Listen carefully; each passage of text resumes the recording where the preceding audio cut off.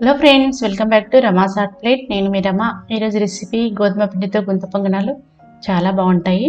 మామూలుగా మనం గుంత పొంగనాలు దోశ పిండితో చేసుకుంటాము, ఒక రోజు ముందు నానబెట్టి చేసుకుంటాం కదా. అలా కాకుండా జస్ట్ 10 నిమిషాల్లో చేసుకుని గుంత పొంగనాల యొక్క ప్రాసెస్ చూద్దాం. ముందుగా 1 కప్పు గోధుమ పిండి తీసుకోండి, 1/2 కప్పు బొంబాయి రవ్వ తీసుకోండి, 1/2 కప్పు పెరుగు తీసుకోండి. పెరుగు చిన్న కప్తో తీసుకున్నాను కదా, 1/2 కప్పు వరకు ఉంటుంది. ఇప్పుడు మిక్సింగ్ బౌల్ తీసుకొని అందులో గోధుమ పిండిని పోసుకోండి, అలాగే రవ్వను కూడా పోసుకోండి. ఇందులో 1/2 కప్పు పెరుగు పోసుకోండి. పుల్లగా ఉండే పెరుగు అయితే బాగుంటుంది. నేను తీసుకున్న పెద్ద కప్పుతో ఇది 1/2 కప్పు అవుతుంది. అలాగే 1 కప్పు వాటర్ పోసుకొని బాగా కలుపుకోండి.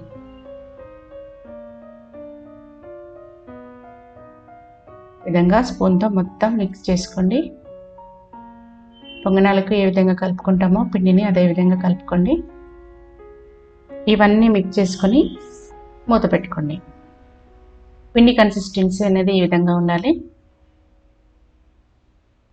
ఇప్పుడు స్టవ్ మీద ఒకటి పోపు గిన్నె పెట్టుకొని అందులో 2 టేబుల్ స్పూన్ల నూనె వేసుకోండి. నూనె వేడైన తర్వాత పోపు దినుసులు వేసుకోండి. 1/2 టీ స్పూన్ ఆవాలు, 1/2 టీ స్పూన్ జీలకర్ర, 1/2 టీ స్పూన్ శనగపప్పు, మినపగుళ్ళు 1/2 టీ స్పూన్ వేసుకోండి. ఇవన్నీ వేగిన తర్వాత ఒక పచ్చిమిరపకాయ చాలా చిన్నగా కట్ చేసుకోండి, చిన్న చిన్న ముక్కలుగా కట్ చేసి వేసుకోండి. పచ్చిమిరపకాయలు వేగేంత వరకు కలుపుకోండి. దీంట్లో 1 రెమ్మ కరివేపాకు చిన్న చిన్న ముక్కలుగా కట్ చేసుకొని వేసుకోండి. కరివేపాకు వేగేంత వరకు కలుపుకోండి. తర్వాత ఇందులో ఒక 1/2 టీ స్పూన్ పసుపు వేసుకొని కలుపుకోండి. పోపంతా వేగిపోయింది. ఇప్పుడు స్టవ్ ఆఫ్ చేసుకోండి. ఈ పోపుని మనం ముందుగా కలిపి పెట్టుకున్న పిండిలో పోసుకోండి.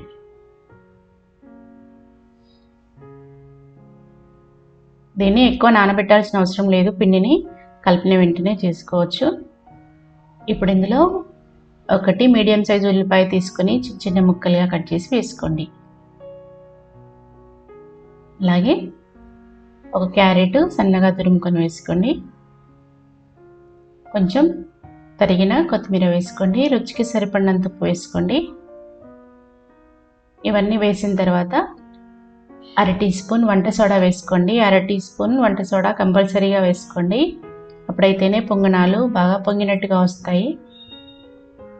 ఇవన్నీ కూడా బాగా మిక్స్ చేసుకోండి. పిండి అంతా కూడా బాగా మిక్స్ చేసుకోండి. ఇప్పుడు స్టవ్ మీద గుంత పొంగనాలు ప్లేట్ పెట్టుకొని అన్నిట్లో కూడా కొంచెం కొంచెం నూనెను వేసుకోండి. నూనె వేడైన తర్వాత అన్నిట్లో కూడా పిండిని వేసుకోండి.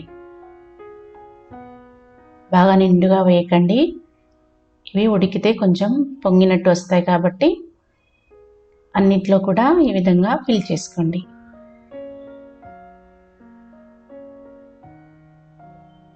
చాలా సింపుల్గా చేసుకోవచ్చు. మామూలుగా దోశ పిండితో చేసుకుంటుంటాము, ఎక్కువ ప్రాసెస్ పడుతుంది కదా. అప్పటికప్పుడు చేసుకోవాలంటే ఈ విధంగా చేసుకోవచ్చు పొంగనాలు. మూత పెట్టుకొని 10 నిమిషాల వరకు మీడియం ఫ్లేమ్లో పెట్టుకొని ఉడికించుకోండి. 10 నిమిషాల తర్వాత బాగా ఉడికిపోయాయి. వీటిని రెండో వైపుకి తిప్పుకోండి.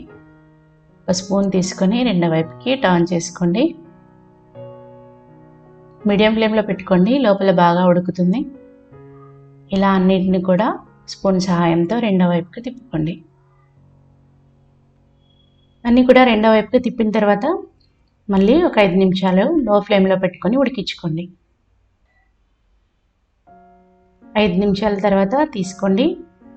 మిగతా పిండిని కూడా ఇదే విధంగా పొంగనాల ప్లేట్లో ఆయిల్ వేసుకుంటూ చేసుకోండి. చాలా సింపుల్గా చేసుకోవచ్చు. మార్నింగ్ బ్రేక్ఫాస్ట్లోకి ఏమి లేనప్పుడు ఈ విధంగా 10 నిమిషాల్లో చేసుకునే బ్రేక్ఫాస్ట్ రెసిపీ చాలా బాగుంటుంది. పొంగనాలు అంటే పిల్లలు చాలా ఇష్టపడతారు. ఈ పొంగనాలు పట్నీ చట్నీతో కానీ కొబ్బరి చట్నీతో కానీ తింటే సూపర్ టేస్టీగా ఉంటాయి.